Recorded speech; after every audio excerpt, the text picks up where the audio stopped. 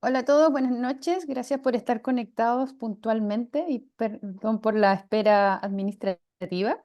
Para nosotros es un gusto dar inicio a esta segunda sesión de este tercer curso de casos clínicos, en el cual hoy día vamos a tener a nuestra destacada y querida doctora Liliana Patruco, que nos va a hablar de un tema extremadamente interesante, controversial y una angustia para todos los neurólogos, cosa que al final de este módulo nos sintamos más tranquilos de que estamos eligiendo la mejor terapia y que hoy en día la mitigación de riesgo es algo importante hacer, pero que el foco siempre debe ser el manejo de la enfermedad y el bienestar del paciente. Como siempre, Ujú. dar gracias a nuestros auspiciadores que nos están acompañando, a Sochedem que nos está avalando y a nuestros colaboradores, a Juan, a Edgardo, a Guille, a la Universidad del Desarrollo y por supuesto a Lili que nos va a compartir hoy día su charla. Si tienen preguntas, háganlas a través del chat y las vamos a ir contestando idealmente al tiro para que no se les olviden. Y si tienen algún caso, mejor todavía para que lo podamos compartir. Así que dejo con Ujú. ustedes a la brillante doctora Patruco para que nos ilumine con su conocimiento. Lili. Uy, bueno, pusiste la vara muy alta, Lorna. Esperemos estar a la altura. Buenas tardes, noches para todos los que se conectaron y es un placer poder discutir hoy con ustedes este tema. Primero, tratar de reconocer que la esclerosis múltiple es una enfermedad agresiva desde el inicio mismo y vamos a tratar de explicar por qué decimos esto. Y segundo, cuál es la evidencia que tenemos hoy en día para el uso racional de las terapias de alta eficacia e iniciar estas desde el momento mismo del diagnóstico. Por supuesto que ustedes saben que la esclerosis múltiple es una enfermedad que va a acompañar al paciente a lo largo de toda su vida, de manera tal que desde el momento mismo del diagnóstico, tanto en el paciente y sobre todo en nosotros, quienes vamos a conducir y acompañar al paciente y su enfermedad a lo largo de la vida, nos van a surgir nos vamos a cuestionar muchas cosas y algunas de ellas, como decía Lorna recién, nos van a generar angustia. ¿Por qué? Porque simultáneamente vamos a tener que lidiar con muchos aspectos de la enfermedad. En primer lugar, tenemos que ir rápidamente identificando las distintas etapas evolutivas de la enfermedad, aunque si bien ustedes lo saben, y de hecho Juan lo aclaró en la presentación pasada, hoy en día hablamos de esclerosis múltiple y tratamos de evitar encasillar a los pacientes en si es recaída remisión, secundaria progresiva. Es esclerosis múltiple. En algunos habrá mucha más actividad inflamatoria y eso lo podremos evidenciar físicamente a través de las recaídas. En otros lo que predomina es la progresión, pero es importante poder identificar no solo la presencia de las recaídas, sino también identificar la progresión de la discapacidad. Vamos a tener que ser capaces de elegir terapias que no solamente impacten en la actividad inflamatoria de la enfermedad, sino también en el proceso neurodegenerativo. Una de las formas que tenemos de valorar este proceso neurodegenerativo es a través de progresión de la atrofia. Si bien no hay un fármaco diseñado o desarrollado específicamente para contrarrestar ese proceso neurodegenerativo, bien sabemos, y eso lo vamos a ir viendo hoy a lo largo de la presentación, que si elegimos determinadas terapias podremos secundariamente impactar en ese proceso neurodegenerativo. Por otra parte, tendremos que ser capaces también de elegir fármacos que permitan la adecuada planificación familiar y el embarazo, porque ustedes saben que el 90% aproximadamente de los pacientes que vamos a ver en consultorio van a ser mujeres y mujeres en edad fértil. Por lo tanto, ese es otro de los aspectos a considerar. Si nosotros podemos controlar esa actividad en la resonancia y secundariamente impactar en la progresión de la discapacidad, podremos preservar de alguna manera la funcionalidad cognitiva del paciente y eso permitirá, porque son todos pacientes jóvenes, que puedan completar su desarrollo profesional y obviamente tratar de garantizar la mejor calidad de vida. O sea que, como ustedes están viendo, es un tremendo desafío el que tenemos por delante una vez que en una persona hacemos el diagnóstico de esclerosis múltiple. Los 4 aspectos sobre los cuales pienso hoy centrarme en esta presentación es, en primer lugar, plantear este concepto de que la esclerosis múltiple es una enfermedad agresiva desde el inicio, ya que vamos a abordar el tema de terapias de alta eficacia, ¿qué llamamos hoy en día terapias de alta eficacia? ¿Por qué deberíamos iniciar precozmente el tratamiento con ellas? Y por supuesto, por un lado, siempre digo que tenemos que ser agresivos con el approach terapéutico hacia el paciente. Por el otro lado, también tenemos que saber que el uso de terapias de alta eficacia puede conllevar ciertos riesgos. Entonces, ¿cómo garantizar la seguridad de ese paciente y cómo mitigar los riesgos? Y todo esto siempre lo hacemos a través de casos clínicos. Y acá va el primer ejemplo.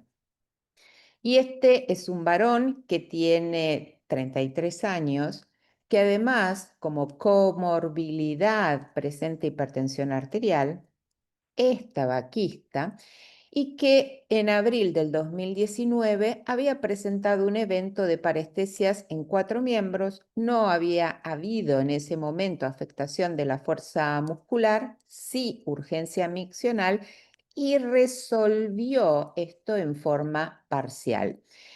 Él fue visto en nuestro centro en julio del 2019 porque había presentado un nuevo evento, dolor retroocular derecho con un escotoma central. Esto tenía 48 horas de evolución.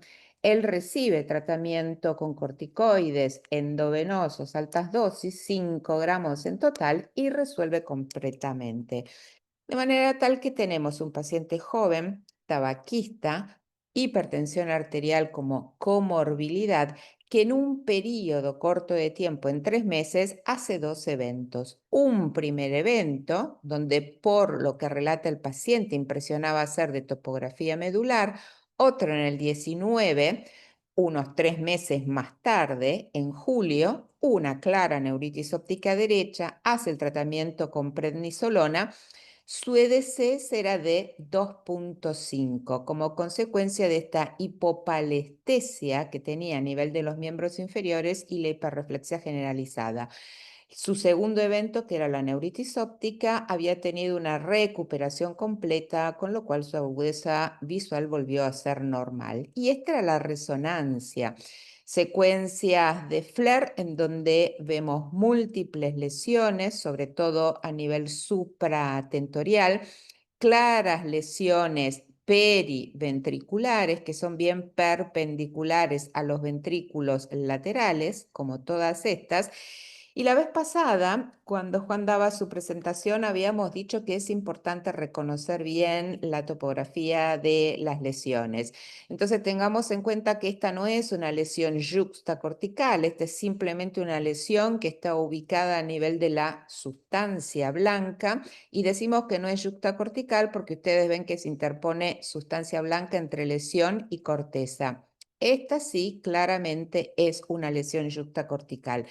Más allá de estas lesiones, tenía esta lesión a nivel de médula cervical en C3, típica lesión de esclerosis múltiple, involucra menos del 50% el diámetro de la médula, es una lesión lateral y además varias de estas lesiones tomaban el contraste cuando era administrado, ¿no? Y teníamos realces en forma completa, realces en forma de anillo, como este que tenemos acá, pero evidentemente mucha actividad inflamatoria en la resonancia. Entonces, para romper el hielo, ¿no? Con todos ustedes, ¿alguno de ustedes le queda alguna duda de iniciar una terapia de alta eficacia en este paciente? De hecho, no hay respuestas ni correctas ni incorrectas y la idea es que todos podamos discutir y compartir lo que estamos pensando. Yo tengo mi opinión, pero me gustaría escuchar la de ustedes. Yo también tengo mi opinión, si quieres podemos Y la preguntar. conozco perfectamente cuál va a ser tu opinión, Lorna. Y vos, Compartimos Juan, un café del Lactrims, pero me tocó exactamente, defender la otra postura a mí. sí, lo cual es interesante también. ¿Y vos, Juan, alguna opinión? Sí, sí, por Ajá, supuesto, si quieren. Esto creo que hace muy poquito, ¿no? Lo charlábamos de si es razonable no usar una terapia de alta exactamente. eficacia en este paciente, pero Ujú, sí, sí, ujú. no O sé si sea daría. que para nosotros tres estaría muy bien iniciar la terapia con alta eficacia y es como que no tendríamos ninguna duda y por supuesto vamos a ser capaces de mitigar los eventuales riesgos que después vamos a ver cómo para garantizar la seguridad del paciente. Ok, entonces me Pero da quizás sería la... interesante, Lili, escuchar la voz Sí. de los jóvenes que están insertándose, como el doctor Valdés o la doctora Santibáñez, que son mis Ay, fellows. Dios, que los mandaste al frente. Muy bien, vamos a escuchar la opinión de ellos entonces. José también, porque hoy día vimos una paciente muy similar. Ah, Y la perfecto. pregunta estaba en que no sé si están, porque, o sea, yo los veo conectados, pero capaz que no puedan hablar ahora, o el mismo doctor Juan Pablo Mancilla, porque vimos una paciente similar. Y la pregunta Ujú, del doctor Valdés y la doctora Santibáñez, siendo jóvenes, recién formándose, es, ¿por qué no partieron al tiro con alta eficacia, siendo una paciente ujú, que ujú, tiene un EDSS de cero, tiene pocas lesiones, si se supone que ujú. todos debiéramos partir? Ok, En- no, bien. no, yo los veo, pero están en horario Costar Guagua, así que probablemente están escuchando y no pueden hablar. Pero sigamos nomás. Ok, sigamos. Entonces, claramente cuando uno presenta a este paciente, no tiene ninguna duda de que lo que debemos iniciar es una terapia de alta eficacia, porque claramente nos muestra que ha tenido dos eventos en un muy corto plazo, porque fueron 3 meses, porque de hecho del primer evento no se había recuperado completamente y estamos hablando de un EDSS de 2,5 dentro de lo que es el primer año de evolución de la enfermedad, con mucha actividad inflamatoria en la resonancia y con lesiones que tienen o que involucran una topografía de alto riesgo de progresión de la discapacidad, como es la topografía medular. Con lo cual, claramente en este paciente, terapia de alta eficacia es la indicación. Y acá vamos a ver otro caso clínico. Acá tenemos una mujer, no tenía ninguna comorbilidad, tampoco era tabaquista, que ella, con un periodo de separación de 4 años, hace dos eventos y estos dos eventos son neuritis óptica. Una neuritis óptica derecha se recupera perfecta, hace una neuritis óptica izquierda 4 años más tarde. Y en este caso recibió tratamiento con metilprednisolona, una dosis de 3 gramos, siempre las dosis varían entre 3 y 5 gramos, pero tuvo una excelente respuesta. Como ven ustedes, recupera su agudeza visual. Por supuesto, le quedó un reflejo anómalo como es un Marcus Gunn, que le va a recordar que en ese nervio óptico asentó una lesión desmielinizante, hiperreflexia generalizada, y esto era lo que le daba un EDCS de 1,0. Y cuando miramos la resonancia de ella, vemos que sí, claramente hay lesiones periventriculares, otras son lesiones de topografía subcortical. Esta también, recuerden, no es yuxtacortical, sino que es subcortical porque se está interponiendo sustancia blanca entre la lesión y la corteza. No tiene nada en la médula. Dos eventos. lesiones de topografía y disposición típica en la resonancia de cerebro, por supuesto se excluyeron otras lesiones y entonces nuevamente la pregunta acá es si ustedes se sentirían confortables con iniciar terapias de alta eficacia en este paciente. Y tengan también en consideración la edad, 28 años, todavía no tenían hijos.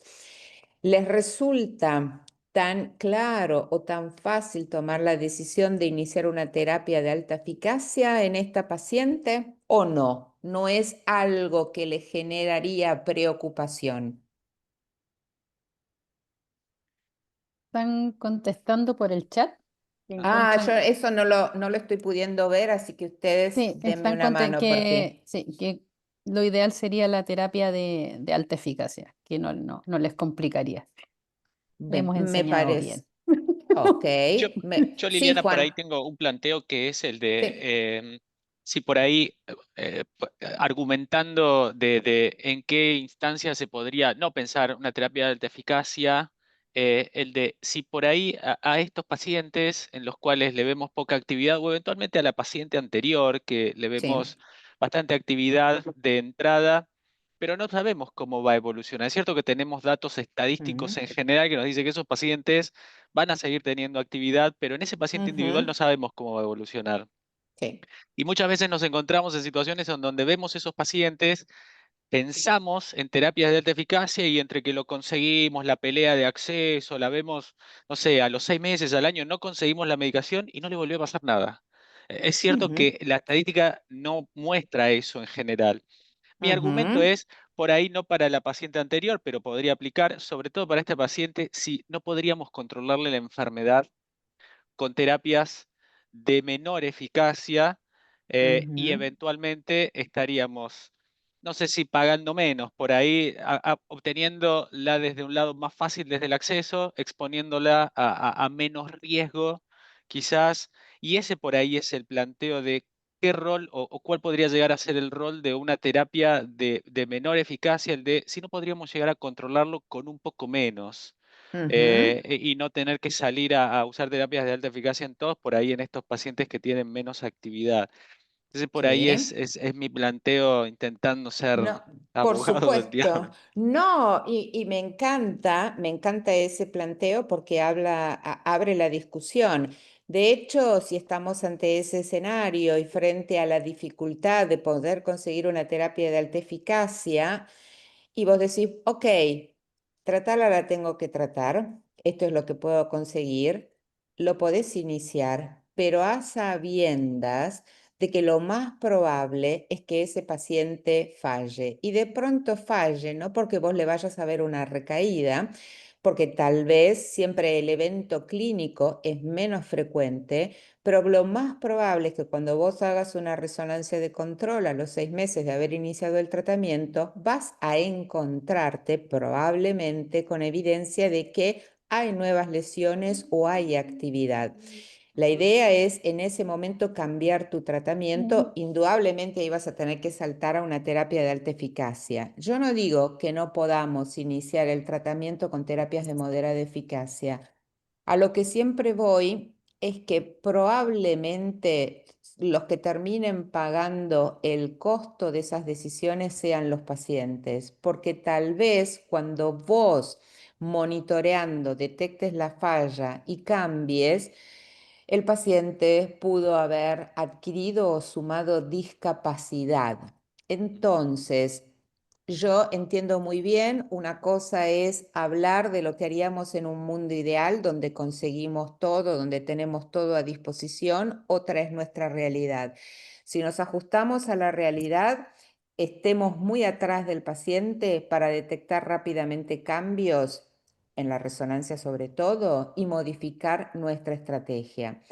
Lamentablemente creo que vamos a estar perdiendo tiempo, no solo nosotros, sino sobre todo el paciente, ¿no? Aquí en el chat, Lili, Sí, Juan, hay varios aquí en dado por comentarios, por ejemplo, la doctora Santibáñez, que sí o sí la terapia de alta eficacia, el doctor Mancilla, exactamente lo mismo, habla de lo importante que ha demostrado cómo se separan las curvas con respecto a la discapacidad, total. Y lo pero vamos a ver. pero el problema es el acceso que varía de país a Exacto. país. La Ujú. doctora Pía García también, alta eficacia, ella iría con una reconstitución inmune oral. Por ejemplo, Fantástico. el doctor Navarrete también, alta eficacia, el doctor Valdés, el mismo tema que el doctor Mancilla, alta eficacia sí o sí, pero el tema del acceso a las terapias. Lógico. Y Exactamente. pregunta, ¿qué pasa con los pacientes reclasificados como esclerosis múltiple con los criterios 2024 que se han mantenido estables con años de seguimiento con terapias de plataforma? Ok. Los cambiaríamos a alta eficacia considerando la evidencia que tenemos, dado que antes estaban como un CIS o un RIS y que ahora caen como esclerosis múltiple y venían con Ujú. terapias de plataforma, ¿a ellos los cambiaríamos a alta eficacia, Bueno, yo creo independiente que de?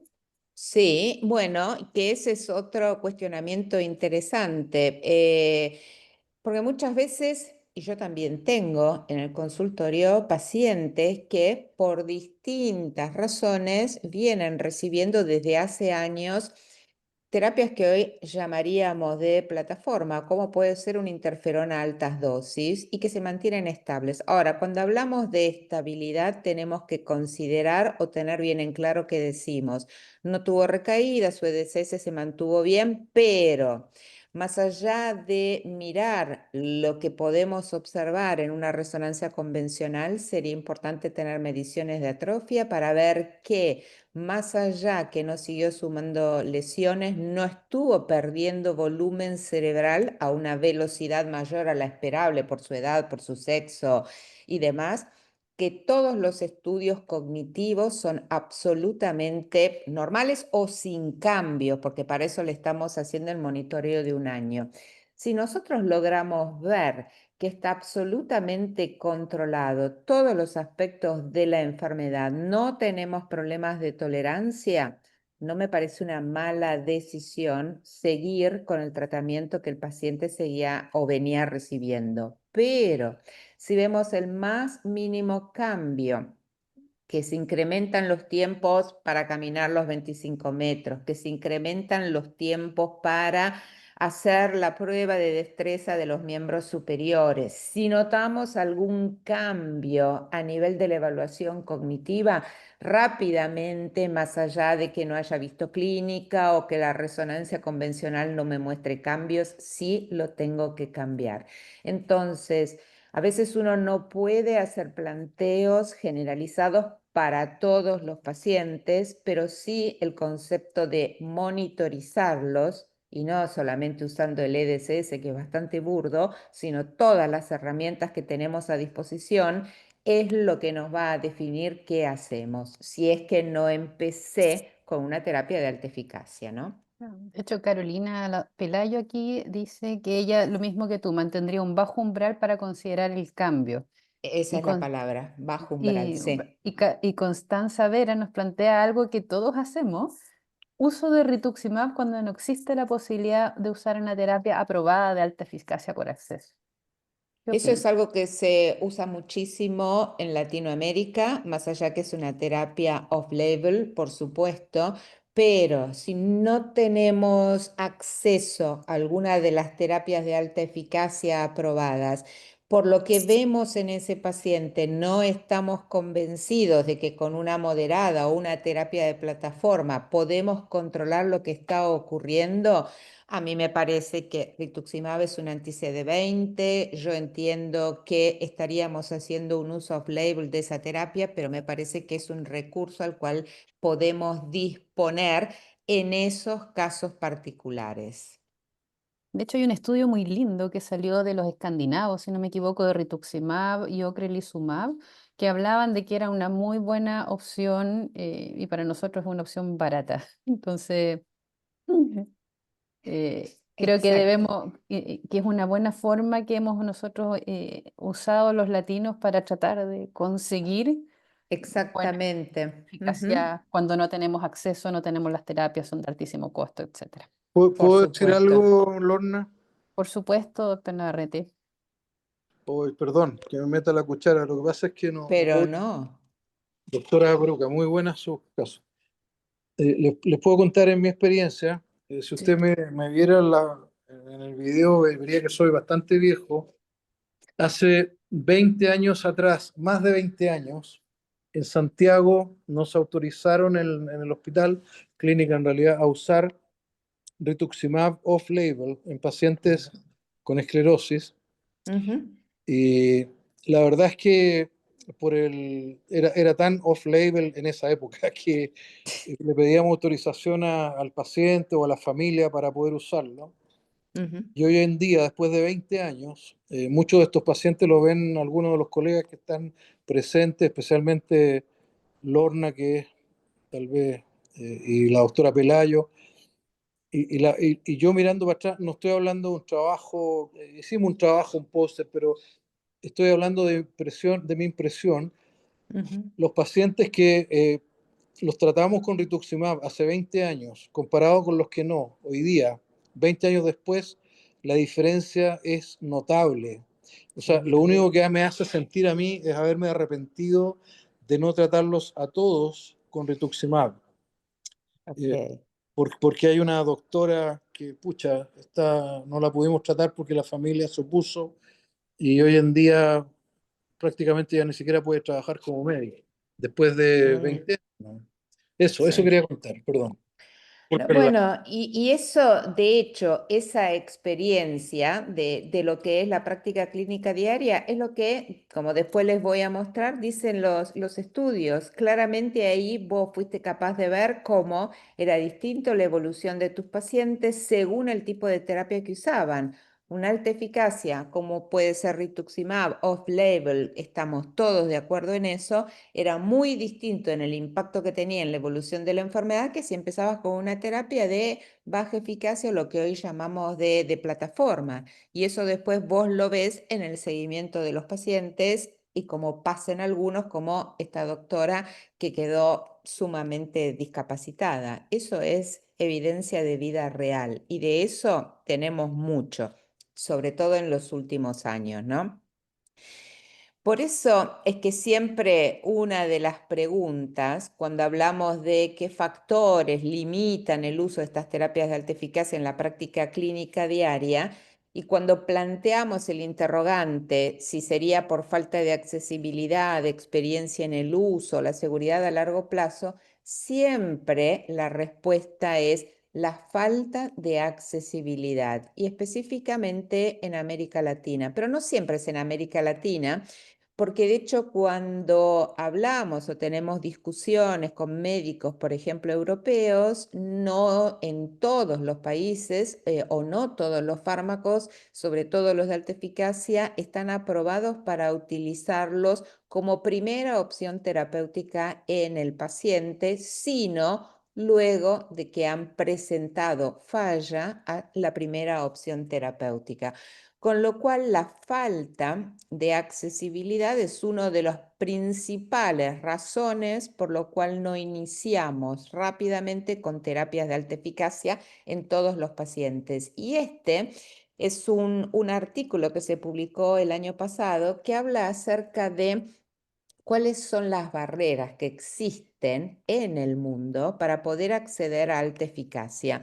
Y lo divide en tres grandes grupos. Uno, por supuesto, que tiene que ver con las autoridades regulatorias y por eso lo que ellos plantean es, más allá de intentar acercarse a las autoridades para rever esos temas, el presentar estudios en donde, y que son los llamados estudios de farmacoeconomía, en donde puede mostrarse cómo, más allá del impacto económico que pueden representar el uso de estas terapias, vemos resultados a largo plazo en donde el paciente requiere o insume muchos menos costos, tanto directos que tienen que ver con las internaciones por las recaídas, con el acceso a lo que son las terapias de rehabilitación, ortesis o prótesis, gastos en tratamientos para combatir los distintos síntomas, requerimiento de cuidadores, o sea que se incrementan en definitiva muchísimo los gastos en pacientes que se inician con terapias de moderada eficacia o baja eficacia en el largo plazo. Y también la importancia que tiene escribir guías, consensos o recomendaciones en donde muestren la posición unificada de los neurólogos o de los especialistas que trabajan en esclerosis múltiple. Muestran también que otras de las barreras a veces pueden ser los médicos, sobre todo por las preocupaciones que puede generar el uso de estas terapias en cuanto a materia de seguridad, en cuanto a respuesta a las vacunas. Se había generado bastante incertidumbre, sobre todo en la época del COVID, por el hecho de que se planteaba que pacientes que recibían terapias de alta eficacia, si adquirían la infección por COVID, tenían una peor evolución. En realidad, después se vio que eran sobre todo aquellos de edades más avanzadas, más discapacitados y con comorbilidades, como ocurría en última instancia en la población general. Entonces, trabajar en educación, educación y educación es uno de las principales herramientas que podemos utilizar para trabajar sobre los profesionales, aclarar todas las dudas y facilitar que los pacientes también de última, si el médico se siente confiado, puedan recurrir a estas terapias. Y por último, trabajar también en los pacientes.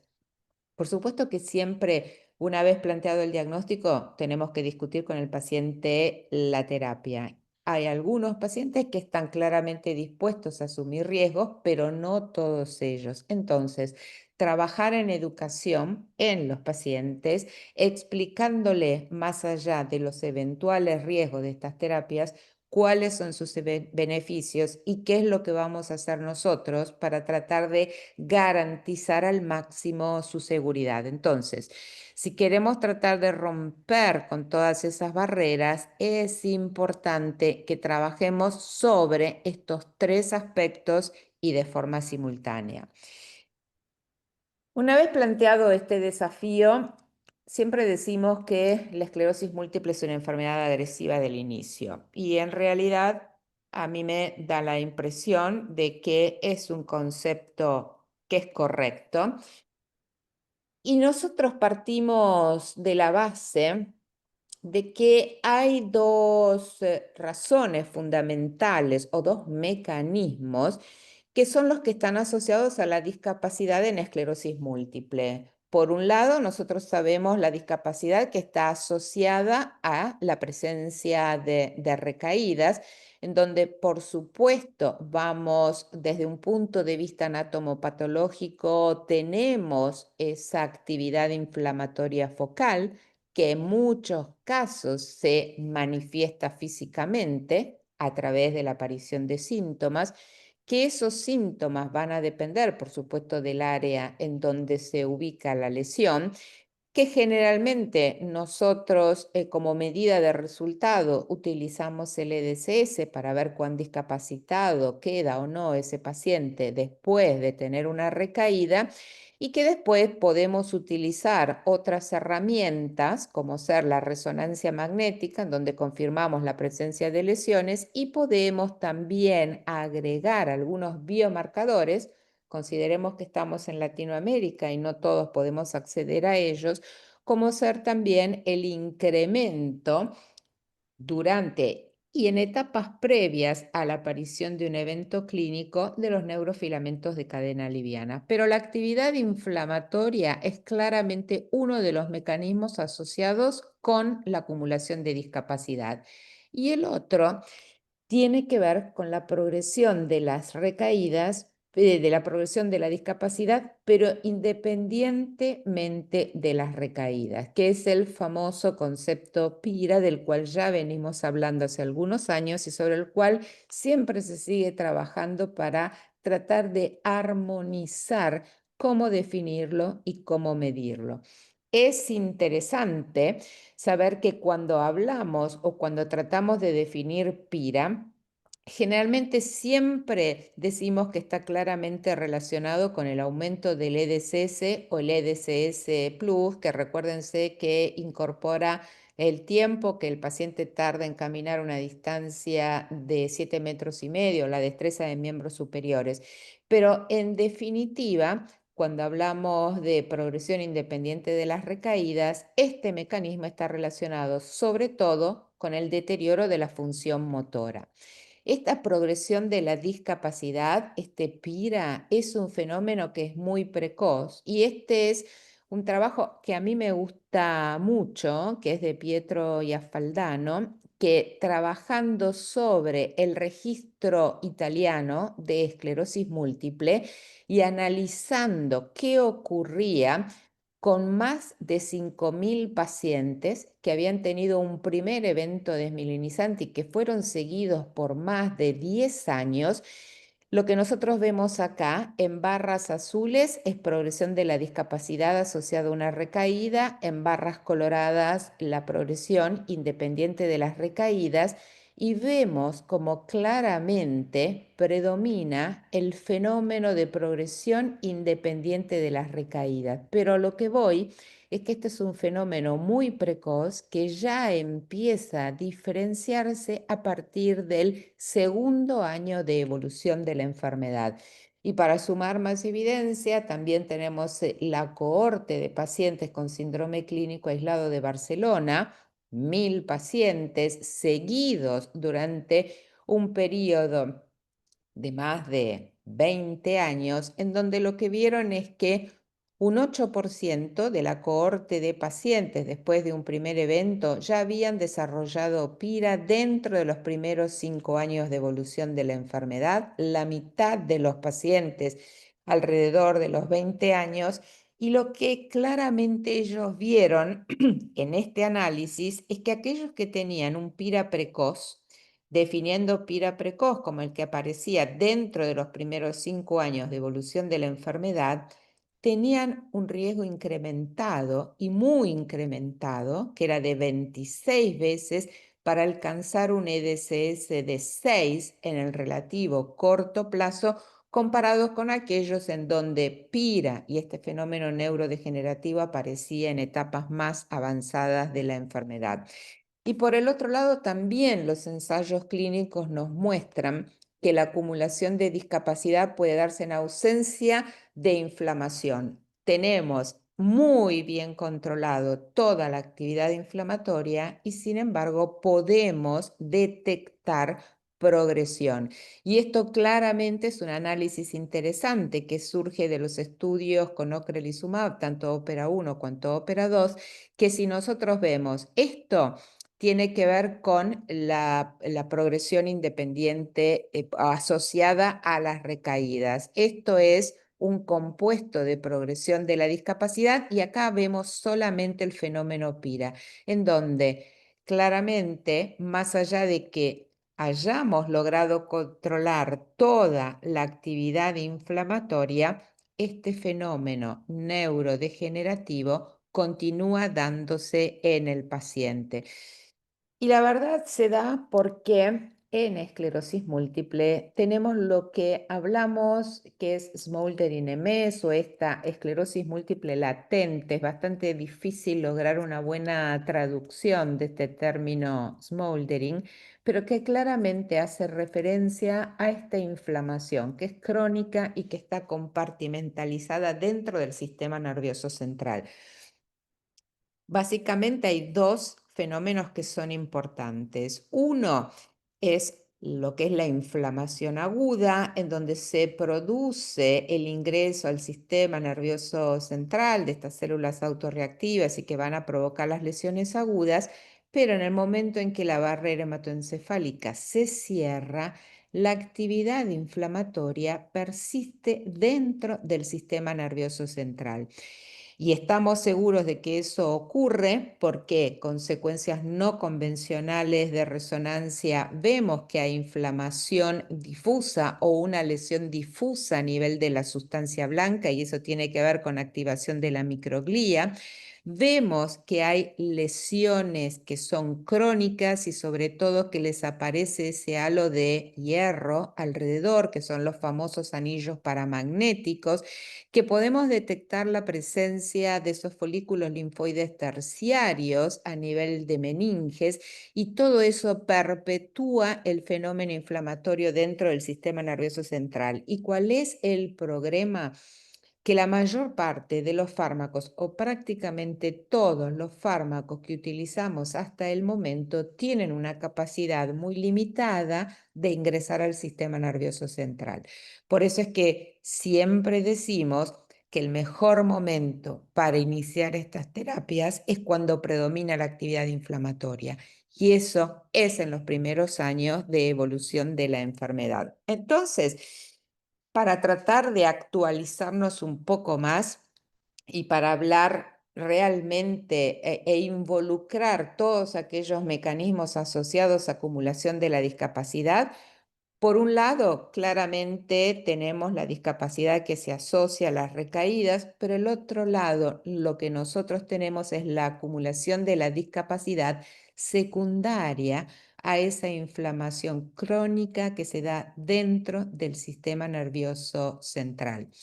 Y esto es lo que son las siglas en inglés, que es Smoldering Associated Worsening, en donde vemos el PIRA, que tiene que ver con lo motor, pero también vemos otra gran capacidad, otra gran cantidad de cosas que tenemos que aprender a medir, como por ejemplo el empeoramiento cognitivo, la presencia del compromiso de los esfínteres, el deterioro general que tienen los pacientes cuando vienen al consultorio y nos dicen, usted me está comentando que mi resonancia está muy bien, que mi EDSS en realidad no se ha modificado, que no tengo recaídas, todo muy bien, pero en realidad yo me siento peor. Por eso es que no basta con que estemos monitorizando a los pacientes con el EDSS, sino que tenemos que hacer las evaluaciones cognitivas, tenemos que utilizar escalas que nos permitan valorar fatiga, trastornos en el ánimo y también la relevancia de tomar información proporcionada por los mismos pacientes que son los PRO o los Patient Reported Outcomes.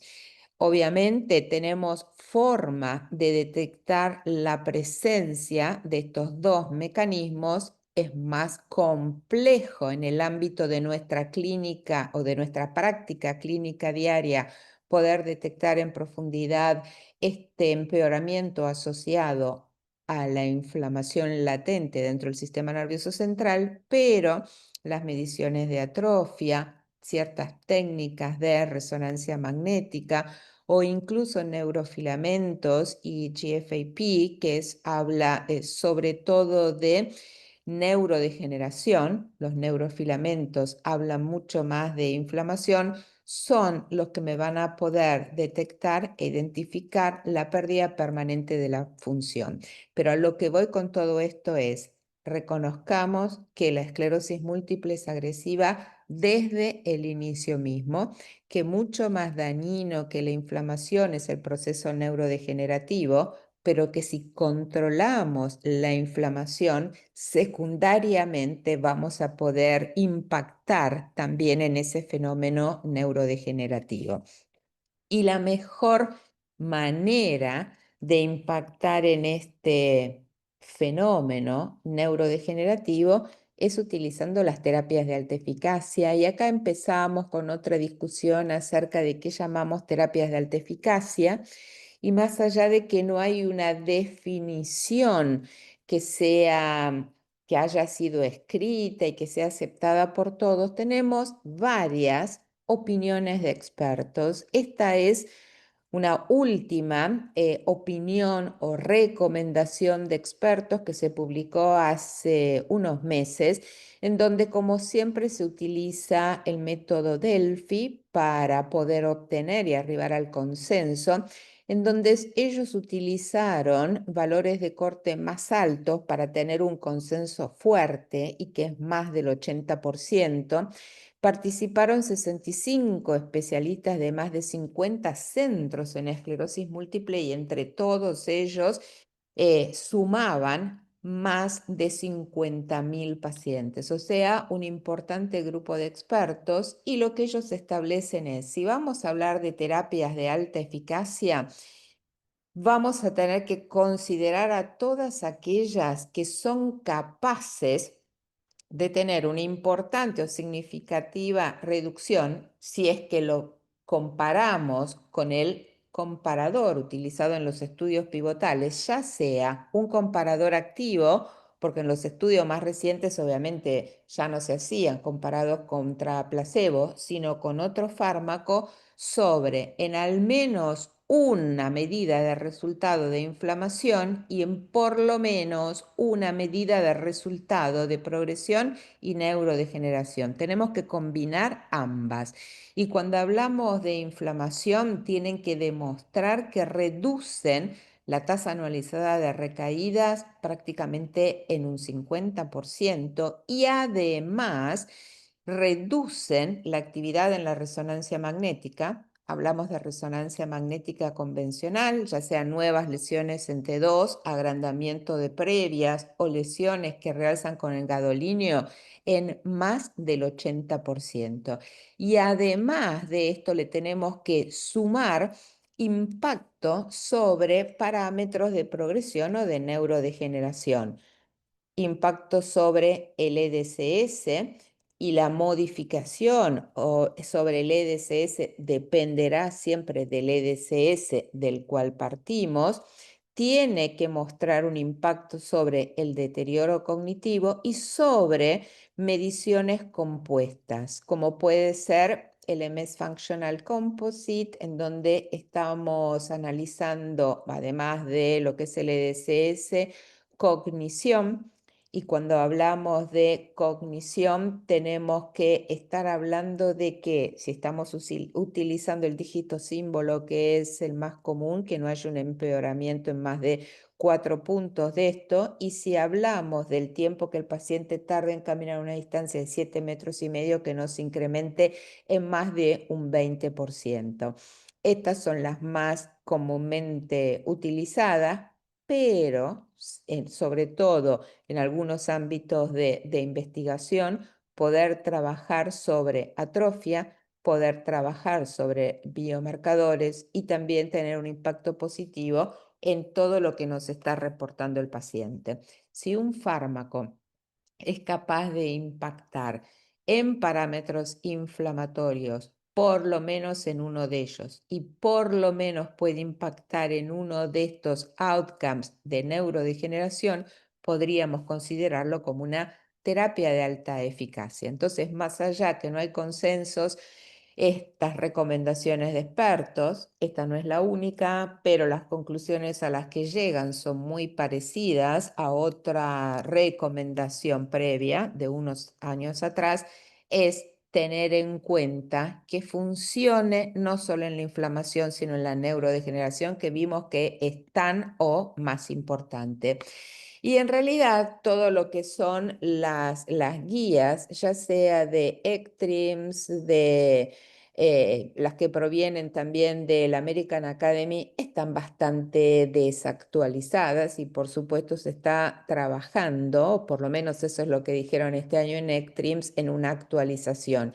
Por el momento, lo que ellos plantean es que sí o sí deberíamos utilizar en terapias de alta eficacia en varios pacientes o en muchos pacientes, considerando la severidad de la actividad de la enfermedad, obviamente tener en cuenta la presencia de comorbilidades y sabiendo que las comorbilidades claramente van a estar asociadas a una peor evolución. Obviamente siempre considerar el perfil de seguridad de la droga y como siempre la accesibilidad, sobre todo en algunos países. Y este gráfico ustedes lo conocen muy bien, que nos dice que obviamente si un paciente tiene estos factores de mal pronóstico, no queda la menor duda de que sí o sí debemos empezar con terapias de alta eficacia.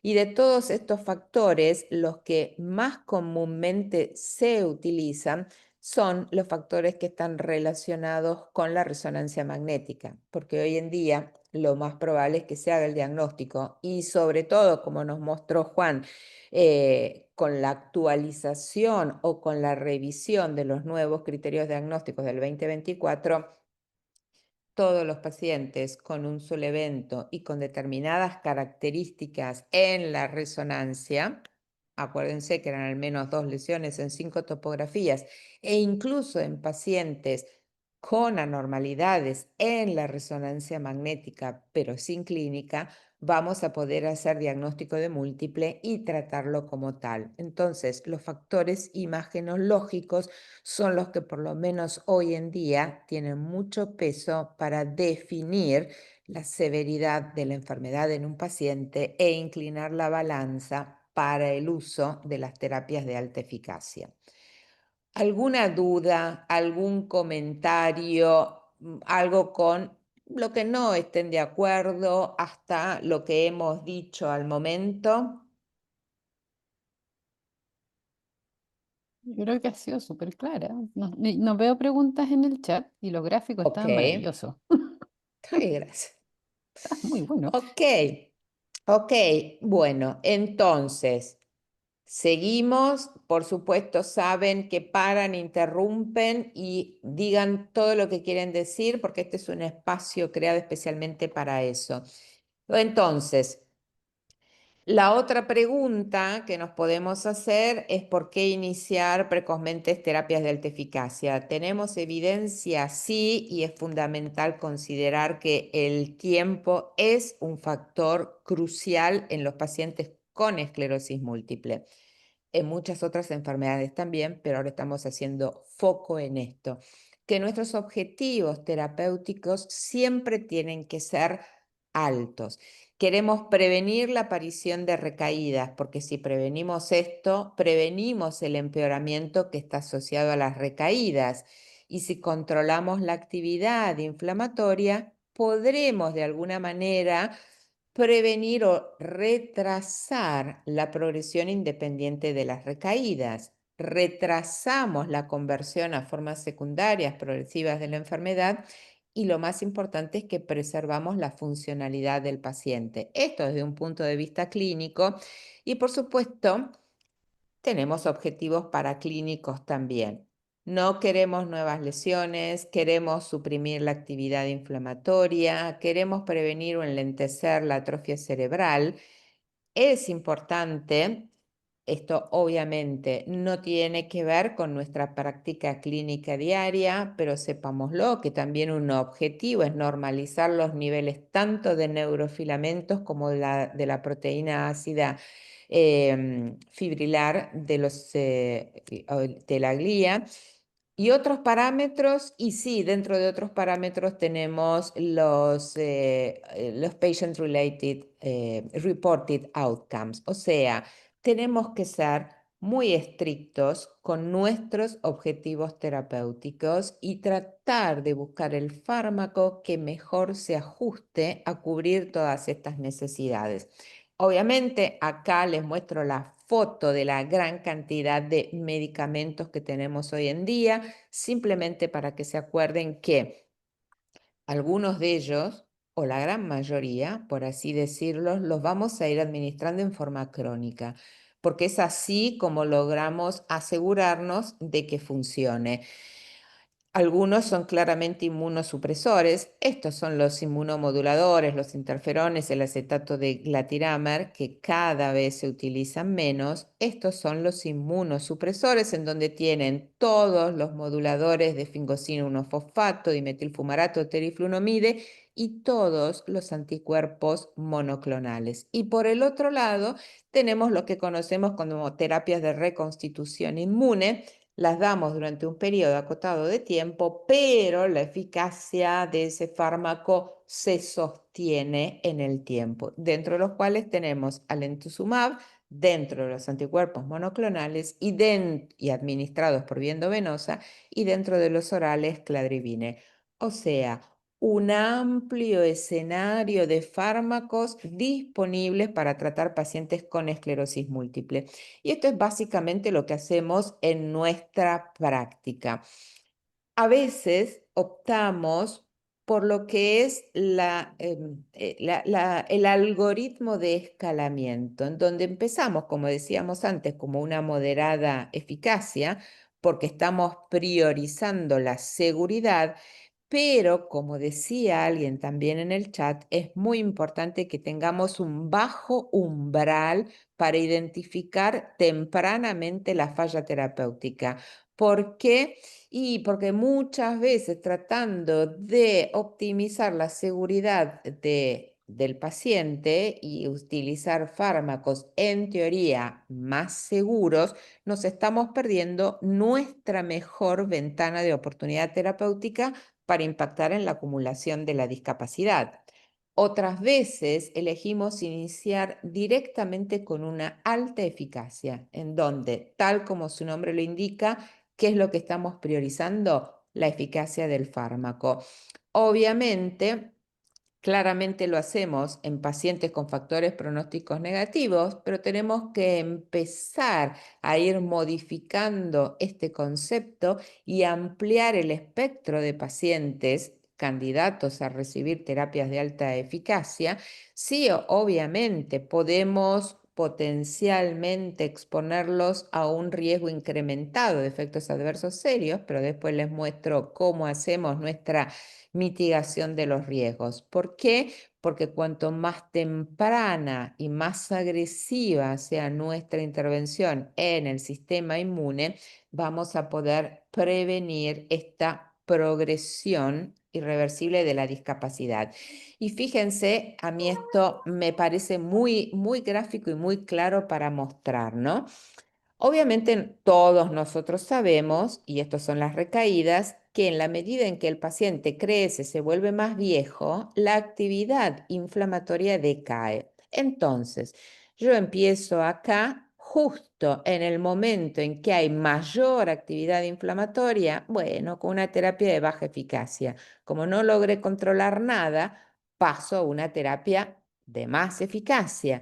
Y finalmente, cuando llego a la terapia de alta eficacia, bueno, en realidad, ¿qué actividad inflamatoria voy a controlar si ya per se la misma decae con el tiempo? Cuestión, si introduzco tardíamente una terapia de alta eficacia, me pierdo el mejor momento o la mejor oportunidad terapéutica. En Lili, el cambio, doctor Navarrete tiene la mano levantada y quiere hacer una perdón, pregunta. pero ¿cómo no? Lo Carlos, escucho.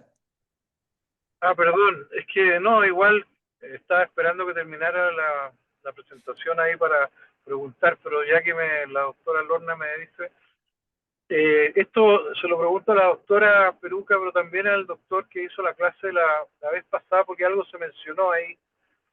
En la práctica, en el mundo real, en la práctica ustedes utilizan o recomiendan utilizar o no utilizar el OCT para decidir eh, cambios o switch en la terapia para evitar una progresión en ese parámetro, o lo encuentran demasiado, no sé, demasiado, no, que no hay suficiente evidencia aún.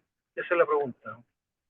Ok, es una muy buena pregunta. Se considera que también la OCT correlaciona muy bien con la atrofia cerebral, con lo cual uno podría ver que si hay progresión o una pérdida sostenida de la capa de fibras nerviosas de la retina, eso tendría su traducción en una mayor atrofia cerebral. Es una forma de monitorear el proceso neurodegenerativo, pero todavía hoy en día no hay suficiente evidencia como para decidir cambio de estrategia terapéutica basándonos solamente en ese parámetro, ¿sí?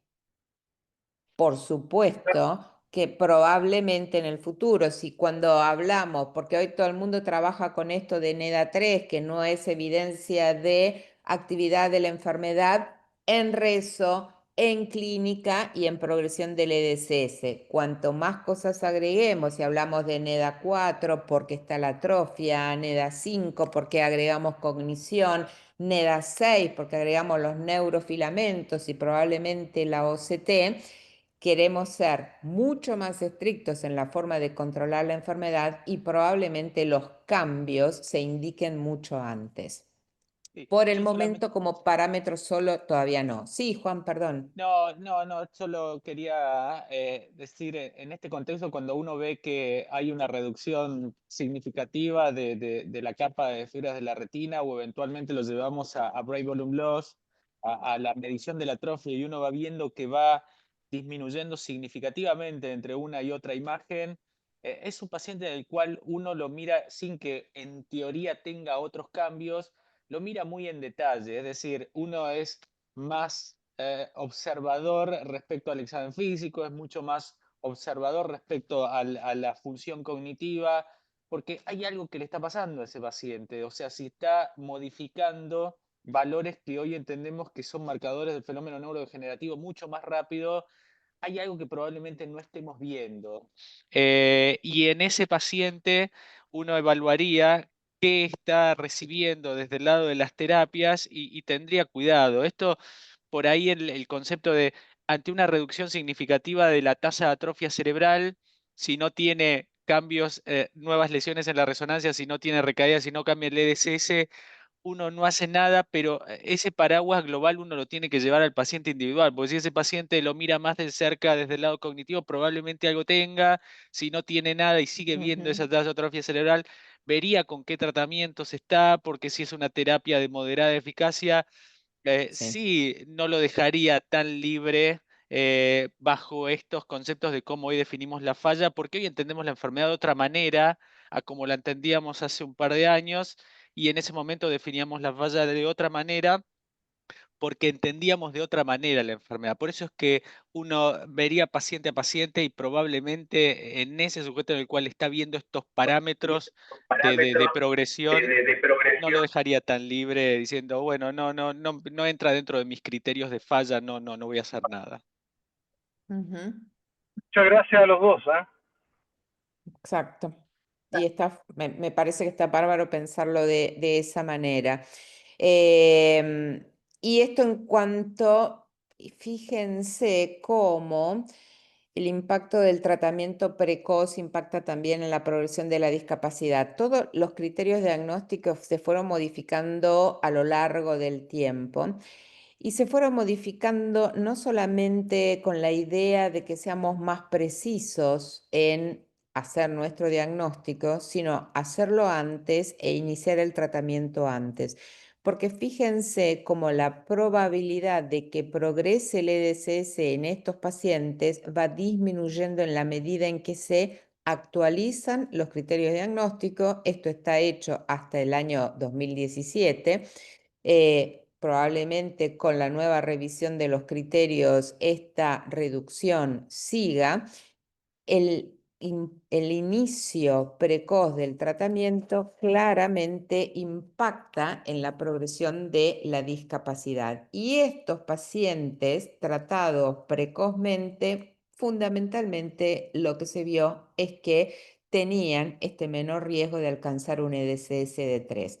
Entonces, diagnóstico más rápido, y cada vez lo hacemos más rápido, tratando de conservar la precisión, tratamiento precoz, cada vez más precoz, con la idea de impactar claramente en el futuro. Y esto es la evidencia que tenemos y que todos conocemos en cuanto a que no es lo mismo empezar con terapias de escalonamiento, ¿sí? A medida que el paciente va fallando, voy cambiando, o terapias de alta eficacia desde el inicio. Y lo más interesante de este trabajo es que se hace una comparación con lo que es evolución natural. Esto es evolución natural de la enfermedad. Pacientes que no reciben ningún tipo de tratamiento y prácticamente la evolución en términos de progresión de la discapacidad es igual a la de aquellos pacientes que empezaron con terapias de baja eficacia y que fue modificándose o cambiándose a lo largo del tiempo. Prácticamente progresan igual que aquellos pacientes que no recibieron ningún tipo de tratamiento. De allí la relevancia de iniciar desde el momento cero, desde el momento del diagnóstico, con terapias de alta eficacia. ¿Y por qué? Claramente, y estos son los datos combinados de MESBASE y de la base sueca de esclerosis múltiple, lo que los autores trataron en este caso de demostrar es que iniciar precozmente, acá no estamos hablando de, digamos, escalamiento, como decíamos antes, sino de una introducción rápida o no de terapias de alta eficacia, desde el inicio de la enfermedad o tardíamente, y tardíamente hablamos después de los 2 años, y qué pasaba cuando los seguíamos a estos pacientes en el tiempo. Tratamiento tardío, tratamiento precoz. Claramente las curvas se separan y se separan muy rápidamente, y si los miramos, habíamos dicho que el seguimiento era 10 años, por supuesto los pacientes que iniciaban el tratamiento tardío, más allá de que después se cambiaran y recibieran terapias de alta eficacia, nunca iban a alcanzar a aquellos que desde el minuto cero habían empezado a ser tratados de esta manera. Nuevamente, los datos siempre del registro italiano de esclerosis múltiple y seguimientos largos, que eso es lo otro que es importante, porque para poder claramente ver estos cambios es importante el seguimiento de estos pacientes, siempre con progresión de discapacidad valorada por EDSS. Alta eficacia claramente no tiene nada que ver en cuanto a resultados con lo que son terapias de moderada eficacia. Y esto, fíjense que es un estudio relativamente nuevo, pero interesante en términos de que compara 2 países, y estos 2 países son Suecia y Dinamarca, países que tienen un muy buen acceso a la salud, por supuesto, un buen estándar de vida, pero la gran diferencia es que los suecos pueden acceder rápidamente a terapias de alta eficacia, mientras que en Dinamarca tenían que primero pasar por terapias de plataforma antes de poder llegar a terapias de alta eficacia. Y se vio una diferencia significativa en lo que tiene que ver progresión de la discapacidad. Y lo importante es que a partir de los resultados de este estudio cambian las políticas de salud en Dinamarca, y claramente ahora los pacientes pueden acceder mucho más rápidamente a terapias de alta eficacia, ¿no? Y esto lo vemos no solamente en los adultos, sino también en los chicos. Actualmente la forma o el tratamiento de la esclerosis múltiple pediátrica también cambió. El approach viejo o el antiguo forma de tratar a estos pacientes era iniciar con plataforma. Hoy en día también para los pacientes pediátricos se tiene un acceso o un inicio de tratamiento que es mucho más agresivo, y en este caso, más allá de que es un estudio retrospectivo con las limitaciones que pueden tener este tipo de estudios, lo que se vio, y los chicos eran tratados con natalizumab, es que durante el periodo de seguimiento, que fueron 4 años, no se vio la presencia de pira en aquellos que habían iniciado rápidamente con terapias de alta eficacia. O sea, claramente funciona, y esto es lo que siempre mostramos en cuanto a la experiencia argentina. Todos estos estudios que tienen con vida real, la importancia que tienen es que todos, independientemente del lugar donde se hayan hecho, muestran exactamente lo mismo. Los resultados son muy diferentes según con el tipo de terapia que estemos iniciando, que rápidamente las curvas se separan a favor de los pacientes que inician precozmente terapias de alta eficacia, y no solamente en progresión del EDSS, sino también, porque en nuestro estudio miramos otros parámetros, como es recaída, actividad en la resonancia magnética o posibilidad de alcanzar y persistir en esto de no evidencia de actividad de la enfermedad. Más allá de que hay estos 2 ensayos clínicos que están en curso, el TRITEMES y el DERIVE-MS, en donde lo que se está buscando es definitivamente dar una respuesta a esto, más allá de que yo creo que la respuesta va a ser evidente, y que probablemente en el futuro discutamos únicamente en qué paciente no dar terapias de alta eficacia, porque la gran mayoría, como decía Juan, van a empezar con este tipo de tratamientos. Y vean a veces lo que nos pasa también en nuestra práctica clínica diaria.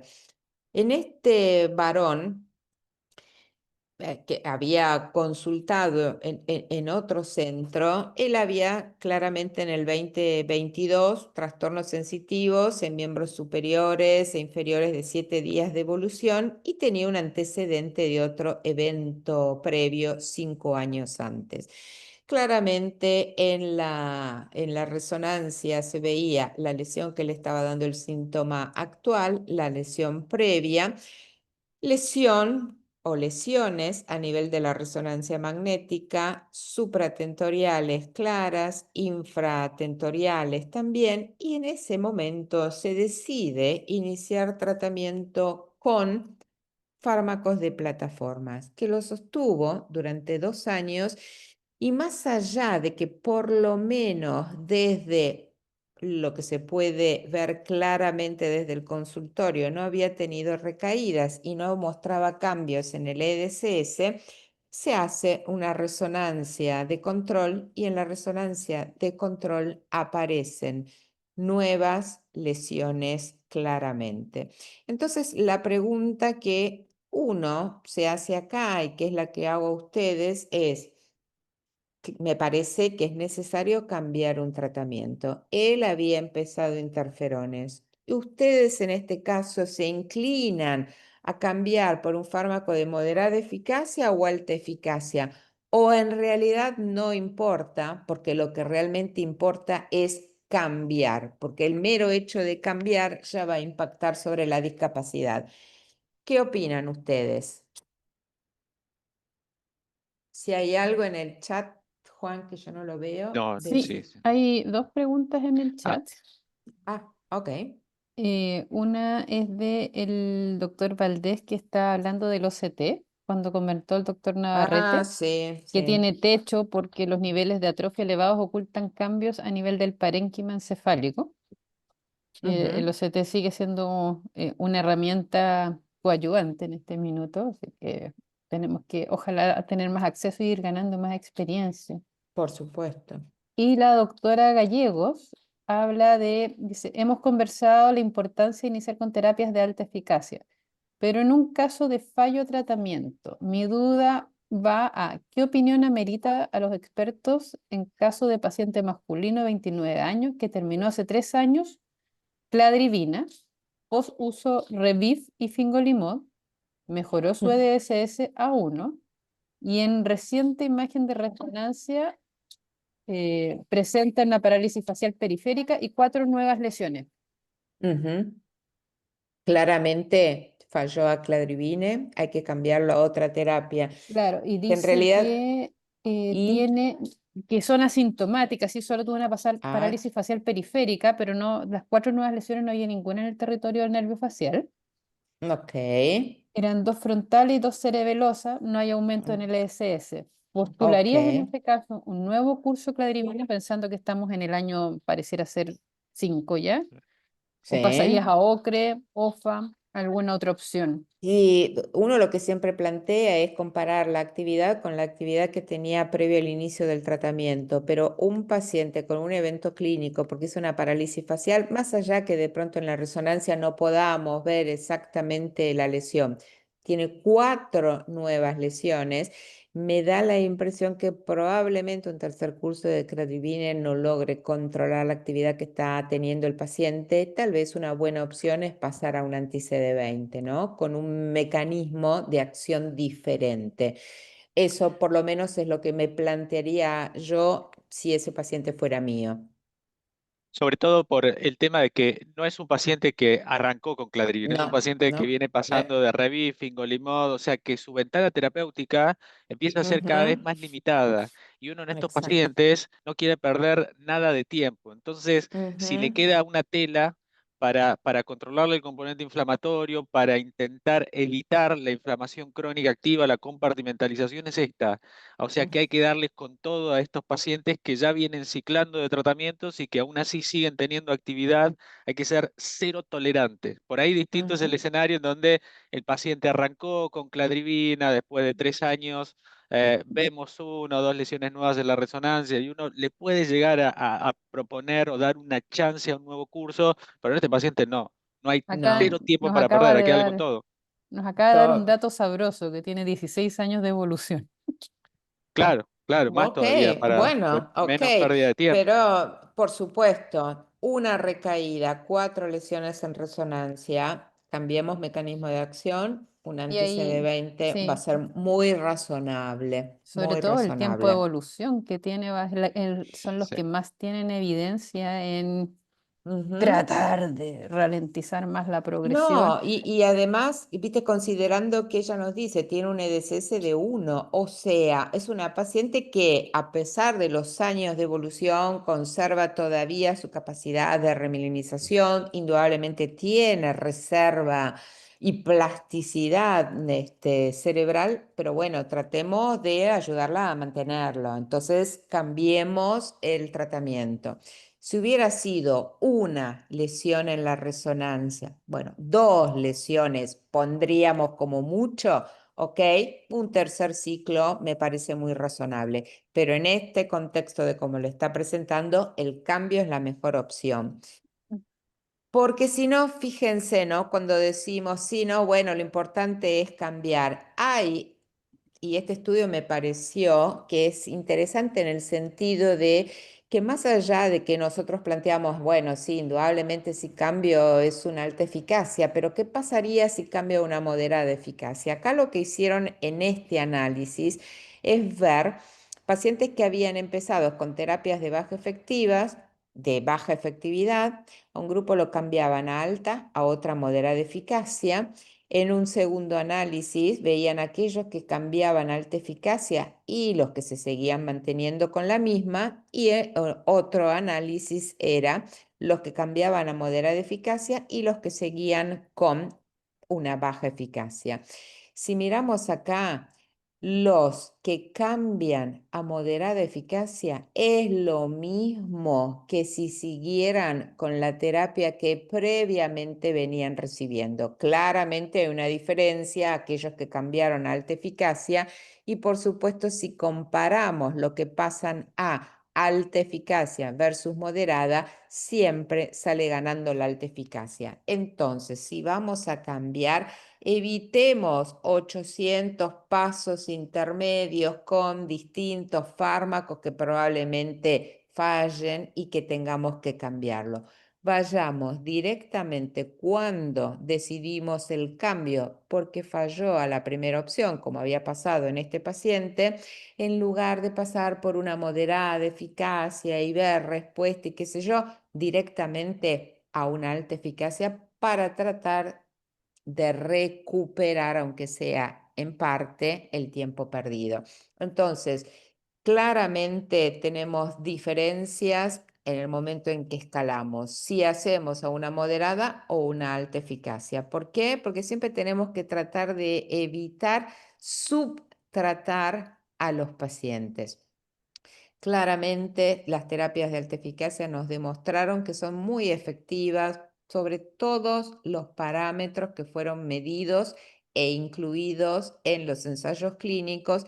Y por supuesto que si nosotros escalamos directamente una terapia de alta eficacia, vamos, y hablando en términos de control de la enfermedad, a requerir muchos menos cambios de tratamiento.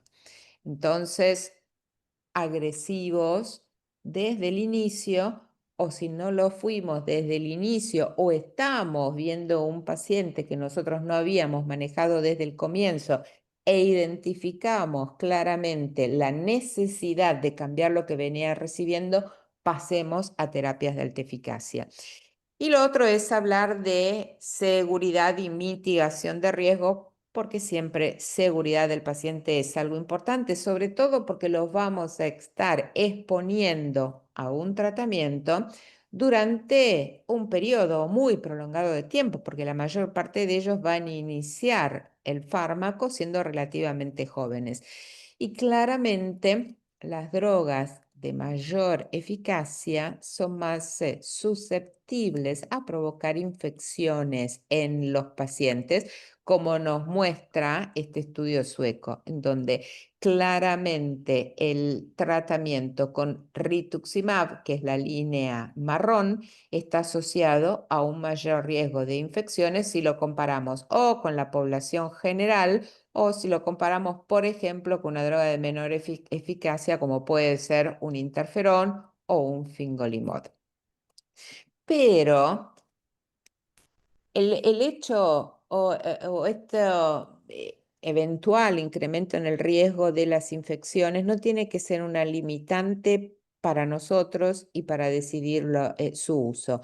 Por eso es que hay algunas cosas que son fundamentales y que tengamos en cuenta cuando estamos viendo al paciente. Decidimos que claramente él se va a beneficiar con una terapia de alta eficacia. Hay cosas que rápidamente podemos hacer mientras estamos pidiendo el resto de los estudios del paciente y que es armar la tarjeta de identidad de infecciones de este paciente. Ver todos sus antecedentes personales, por supuesto, dónde vive y demás, para conocer un poco si es área endémica para determinadas infecciones. Siempre antes de iniciar el tratamiento, pedir serología, sobre todo para varicela zoster, para hepatitis B, hepatitis C. El screening para tuberculosis, en Argentina lo que nosotros hacemos es la placa de tórax y la reacción de tuberculina o la PPD y el screening también para HPV. En Argentina y ya desde hace unos años la vacunación contra HPV es obligatorio en todos los chicos y las chicas antes ya de los 8 años, con lo cual disminuimos esa posibilidad. Pero todo el resto lo tenemos que tener. Si algunas de estas serologías es negativa, repetirlos. Y aun cuando muchos de los pacientes dicen al interrogatorio que tuvieron varicela, siempre volver a pedir la serología, porque nos ha pasado y en más de una oportunidad que más allá del relato no había anticuerpos y por lo tanto lo que se plantea es la vacunación. No tenerle miedo a las vacunas, porque claramente si vamos a balancear los eventuales beneficios con los riesgos, sabemos que las vacunas, en primer lugar, son seguras y es mucho más riesgoso que que la exposición a estas drogas inmunosupresores provoque infecciones que pueden provocar recaídas y eso impactar en la progresión de la discapacidad. Con lo cual, las vacunas son seguras, tenemos que usarlas. Hay muchísimas guías y consensos acerca del uso de vacunas publicadas en todos los idiomas y lo importante es que antes de iniciar el tratamiento tengamos garantizada la vacunación completa de los pacientes. Y siempre los vamos a vacunar en el momento en que estamos haciendo el diagnóstico, sobre todo para esto, para evitar retrasos en el inicio de las terapias, considerando que si lo que le estamos administrando son vacunas inactivadas, más o menos ya a las 2 semanas podemos empezar el tratamiento. Lo conveniente es esperar unas 4 semanas si lo que recibió el paciente son vacunas a virus vivos o atenuados. Lo mismo si el paciente estaba saliendo del uso de corticoides o si tiene que eventualmente recibir los corticoides, retrasarlos según el tipo de vacuna que esté recibiendo. Pero garantizar que los pacientes tengan el esquema de vacunación completo y para todo antes de iniciar el tratamiento. No nos va a retrasar significativamente los tiempos.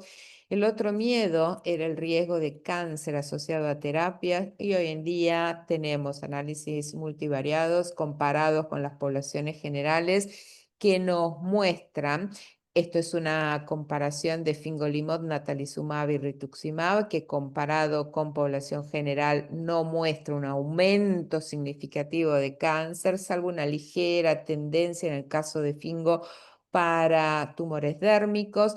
En el caso de cladribine y comparado con lo que es Globocan, que es el registro por lo menos europeo de tumores, no lo aumenta, y lo mismo pasa con ocrelizumab, sobre todo por el riesgo de cáncer de mama.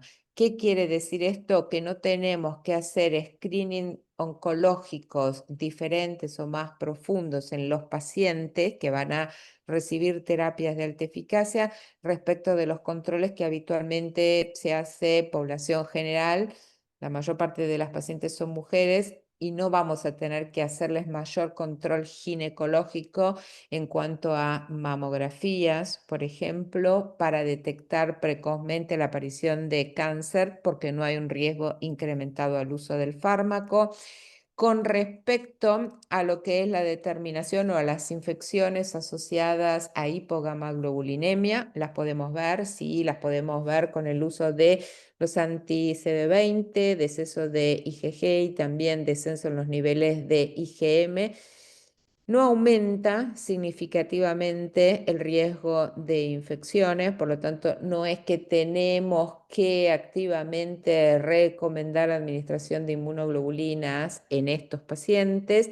La mayor parte de las infecciones son moderadas, resuelven con o sin tratamiento y de hecho, por lo menos lo que se vio en los distintos reportes, y esto es específicamente con ocrelizumab, todas las infecciones resolvieron, ningún paciente tuvo que suspender el tratamiento.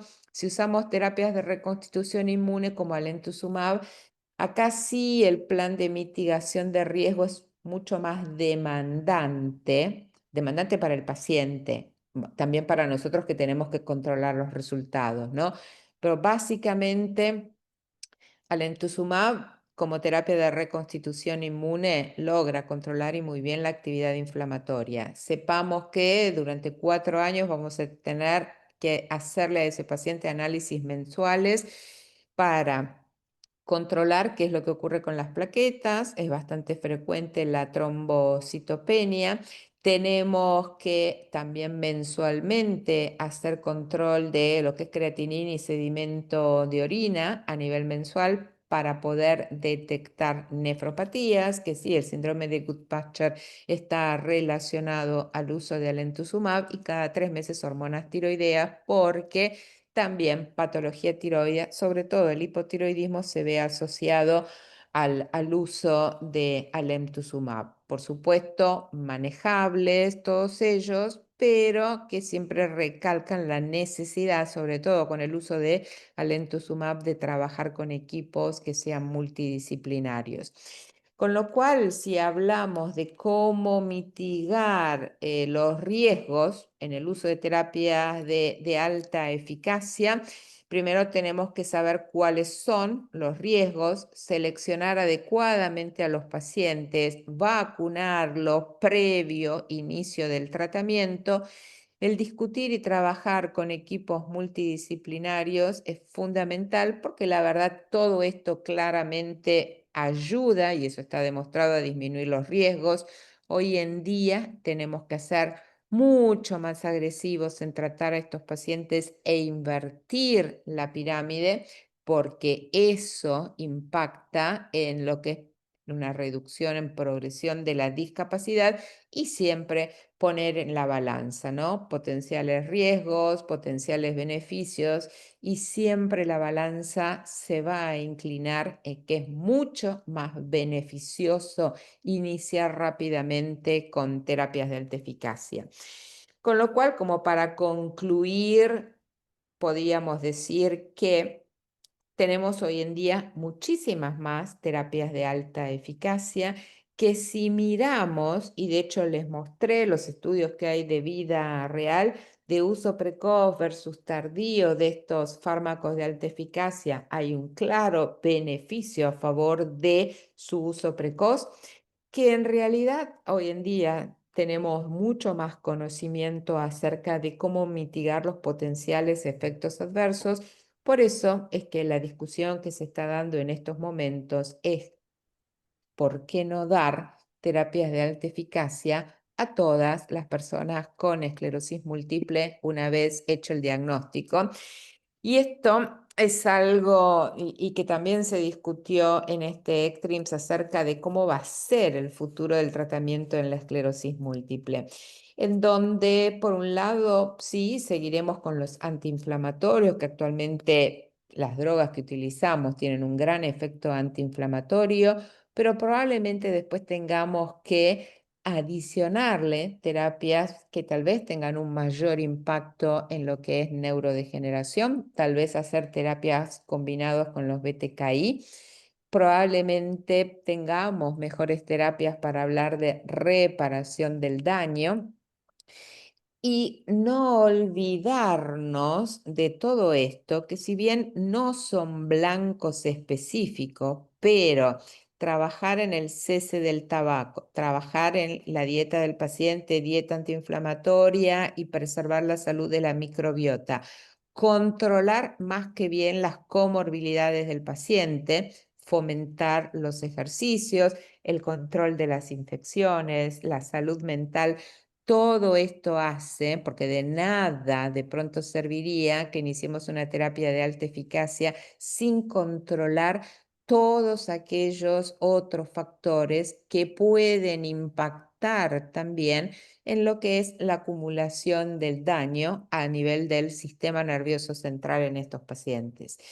Y muchísimas gracias por haberme escuchado. Dejo de compartir y discutimos todo lo que queramos discutir.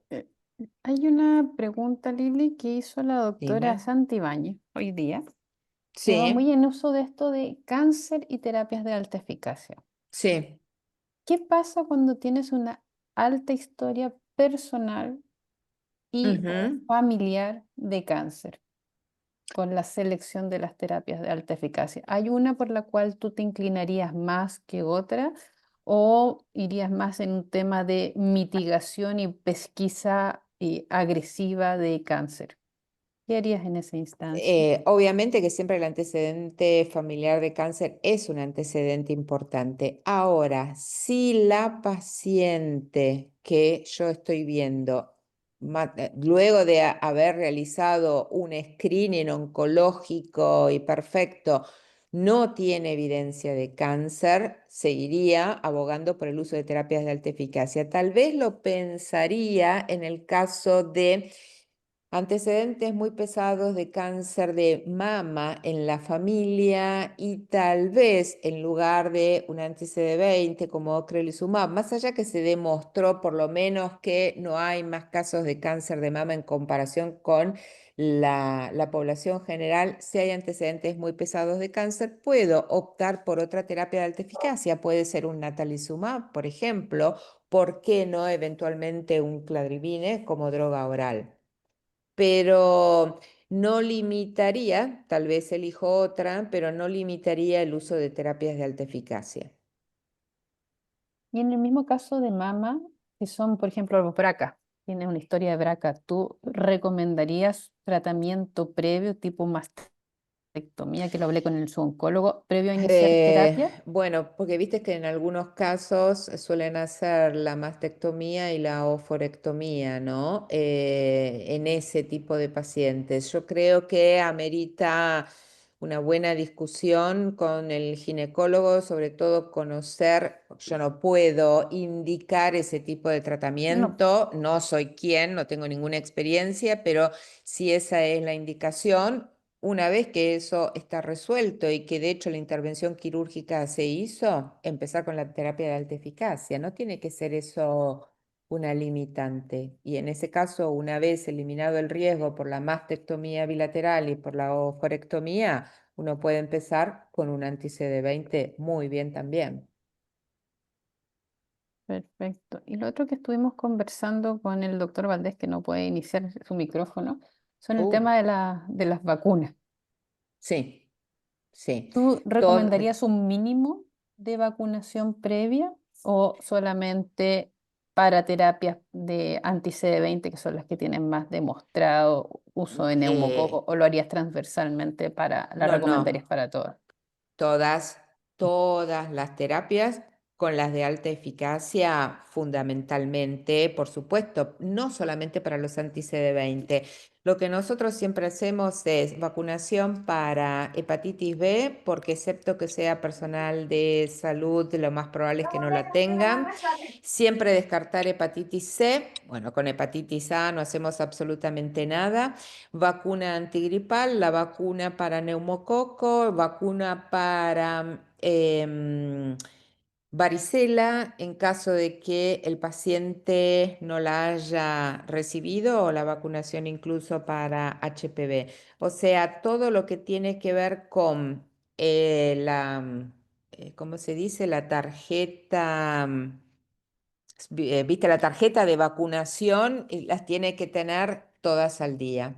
Y de hecho, todas las vacunas, recibirlas antes del inicio del tratamiento. Y no estoy hablando solo de, por supuesto, lo que tiene que ver con PPD y la placa de tórax. Y no solamente para ocrelizumab, para cualquier terapia de alta eficacia. Incluimos cladribine, ponele, el alemtuzumab, natalizumab, incluso cuando así, ahora prácticamente, o por lo menos yo no uso tanto fingolimod, más allá de que sí la usé mucho en el pasado y sobre todo por la cantidad de copias que hay y porque después es muy difícil sacarlo si lo estoy usando en una mujer que después quiere quedar embarazada. Pero ya también vacunábamos y hacíamos screening de tuberculosis hace muchos años para pacientes que íbamos a tratar con fingo. Entonces, el tema hoy de vacunación es esquema de vacunación completo antes de iniciar el tratamiento. Y nosotros acá en Chile estamos todos vacunados contra la tuberculosis. Entonces, todos somos PPD positivos y nosotros Claro, hacemos pero estudios de ustedes cuantiferón. porque tienen cuantiferón, exactamente, Sí, nosotros eso no lo tenemos. Pero el tema es que no tenga la tuberculosis latente. Entonces, activa. cuando Y tenga, no tenga. exactamente, si la pápula que me aparece ya es más de 5 milímetros, bueno, eso acá en nosotros genera alerta y entonces ese tratamiento primero para TBC. Que siempre es un periodo más acotado de tiempo y después empezamos el tratamiento. ¿Qué opinión te merece a ti y a Juan la vacuna de la fiebre amarilla? Dado que todos viajan a Brasil. ¿Qué hacemos con esa vacuna? Mira, esa, y de hecho se discutió ahora también en ECTRIM, sigue siendo una de las pocas vacunas que, digamos, no estaría en cierta forma como contraindicada. Por supuesto, no sé, que si es inevitable el viaje y va a estar expuesto a a picaduras y demás, más allá de lo que es la protección y demás, ok, uno puede discutirlo con el paciente a sabiendas de que puede haber, porque estamos hablando, eh, digamos, no es una vacuna inactiva, ¿no? Que puede haber un mayor riesgo de eventualmente recaídas. Pero si podemos evitarla, la de la fiebre amarilla es una de las que por ahora se siguen tratando de evitar.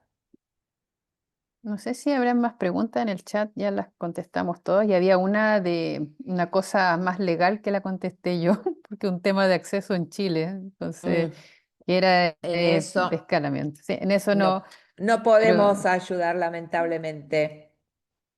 sí, acá la doctora Santibáñez dice, ¿usan aciclovir como mitigación post riesgo de infecciones, no, de mitigación de riesgo de infecciones Mm, post administración de cladribina o tendría rol sí. mayormente en los anti-CD20 No, en para aciclovir? cladribine, sí, en cladribine cuando el conteo de linfocitos está por debajo de 200, sí, aciclovir preventivo, ahí por supuesto. En realidad, hablando de mi experiencia, nunca me encontré con, digamos, una linfopenia significativa como para tener que usarlo. Sí, siempre lo hemos hecho cuando iniciamos el tratamiento con alemtuzumab, pero eso es indicación. Inicias el tratamiento y el día, unos pocos días antes de iniciarlo y durante todo el tiempo que dura la infusión, tenés que hacer aciclovir. Con cladribine solamente si caen menos de 200. Yo personalmente, por suerte nunca lo tuve que utilizar. No sé en tu experiencia, Juan, si lo has dado. No. Estás muteado, Juan. tampoco lo he usado como preventivo, como profilaxis en un Sí, descenso no. tan marcado, pero sí es la indicación como planteó Liliana si lo llegan a tener. Yo tampoco, Mm, nunca lo usaba en Claveri. Lo que sí, por no. ejemplo, con los anti-CD20, yo hago, les dejamos profilácticamente, pero hago una erradicación de herpes. Ujú. La hago una vez al año. Ok. Ah, Y nos ha ido ok. bastante bien, sobre todo, no por varicela, pero con los Sí, sino herpes tipo 1. por zóster. Ujú. Nos ha ido súper bien, dejamos aciclovir o valaciclovir y Ok. los pacientes han sido muy agradecidos, sobre todo pacientes que venían teniendo herpes recurrentes antes, bucales, Claro. que con la terapia tienden a brotar más, dejándoles aciclovir posterior, y de hecho tenemos que revisar esa data, o haciendo erradicación por 3 meses anual, Ujú, ujú. ha mejorado bastante Bien, esa performance. Ok, interesante, interesante. interesante eso. Sí. Mm. Bueno, siendo un cuarto para las 9, habiendo sido una jornada bien extensa, no hay más preguntas. Creo que todos nos merecemos, sobre todo Liliana y Juan, un descanso Sí, Lili. de esta intensa jornada. Les agradecemos nuevamente, Lili y Juan, por haber estado el día de hoy, por compartir sus conocimientos de manera tan docente, a todos nuestros asistentes y por su participación, a la ODD, por supuesto, que nos está apoyando de manera logística, Obvio. a nuestros sponsors y a Sochedem, que ha sido nuestro aval. Y los esperamos para el jueves 19, o sea, miércoles Miércoles. 19. Miércoles Mier- 19, sí, Sí. perdón, me moví. 19 de noviembre, para la siguiente, la tercera sesión de este módulo. Así que espero todos tengan muy buenas noches. Muchas Muchas gracias gracias. a todos. Que estén muy Un bien. abrazo. Bravo, doctora Peruca, muy bien. Chao, un abrazo. Buenas noches a todos. Chao. Chao. Buenas noches, Liliana. Chao, que estén muy bien. Gracias. Igual, cariños. Chao, Gracias. Lorna. Chao, Úrsula. Que estés muy bien. Buenas noches. Igual, buenas noches. Chao, Guille.